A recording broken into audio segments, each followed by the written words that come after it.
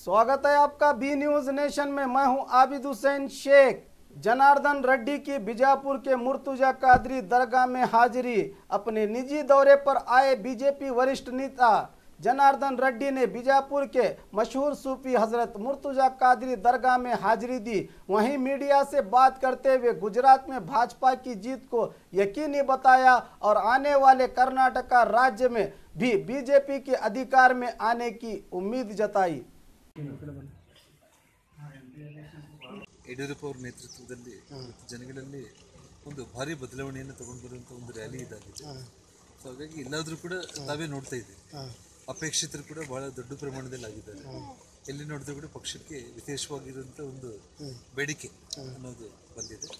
So Karnataka ರಾಜ್ಯದ ಯುವಜನತೆ ಕೂಡ ಇವತ್ತು ಇಡೀ ದೇಶದಲ್ಲಿ ಏನು ವಾತಾವರಣ ಇದೆ, ಸೊ ನಾವು ಕೂಡ ಬಿಜೆಪಿ ಪಕ್ಷದ ಪರವಾಗಿ ನಿಲ್ಲಬೇಕು ಅನ್ನೋಂಥ ಒಂದು ಯೋಚನೆಯಲ್ಲಿ ನಮ್ಮ ರಾಜ್ಯದ ಯುವಜನತೆ ಮಾಡ್ತಿರೋ ಕಾರಣ ಪರಿವರ್ತನಾ ರ್ಯಾಲಿ ಬಹಳ ಪ್ರಭಾವ ಬೀರ್ತಾ ಇದೆ. ಸರ್, ತಮ್ಮದು ಸ್ಪರ್ಧೆ ಮಾಡುವ ಒಂದು ವಿಚಾರ ಹಾಕೊಂಡು ಇದ್ರ ಬಗ್ಗೆ ಏನು?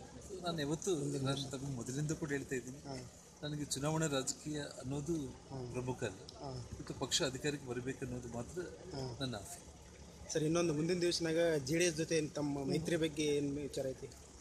ಎಲ್ಲ ಪಕ್ಷದೊಳಗೆ ಸ್ವತಂತ್ರವಾಗಿ ಇದು ಅಭ್ಯರ್ಥಿ ಬಿಡ್ತೀನಿ ಅಂತ ಹೇಳಿ ಯಡಿಯೂರಪ್ಪನವರು, ಅದಕ್ಕೆ ಇದ್ರ ಬಗ್ಗೆ ತಮ್ಮದು ವಿಚಾರ ಏನೈತಿ? ಇದ್ರ ಬಗ್ಗೆ BJP ಯಾರ ಮೇಲೂ ಕೂಡ ಡಿಪೆಂಡ್ ಆಗುವಂಥ ಒಂದು ಅವಶ್ಯಕತೆ ಇಲ್ಲ. ಸೊ ಹಾಗಾಗಿ BJP ಸ್ವತಂತ್ರವಾಗಿ ಶಕ್ತಿ ಇರುವಂಥ ಪಕ್ಷ ಇದೆ. JDS ಅಂತ ಪಕ್ಷದ ಜೊತೆ ಇವತ್ತು ಏನೋ ಒಂದು ಕೊಯ್ಲೇಷನ್ ಅನ್ನೋಂಥ ಒಂದು ಆ ಮಾತಿಗೆ ಅರ್ಥನೇ ಇಲ್ಲ. और खबरों के लिए देखते रहिए बी न्यूज नेशन।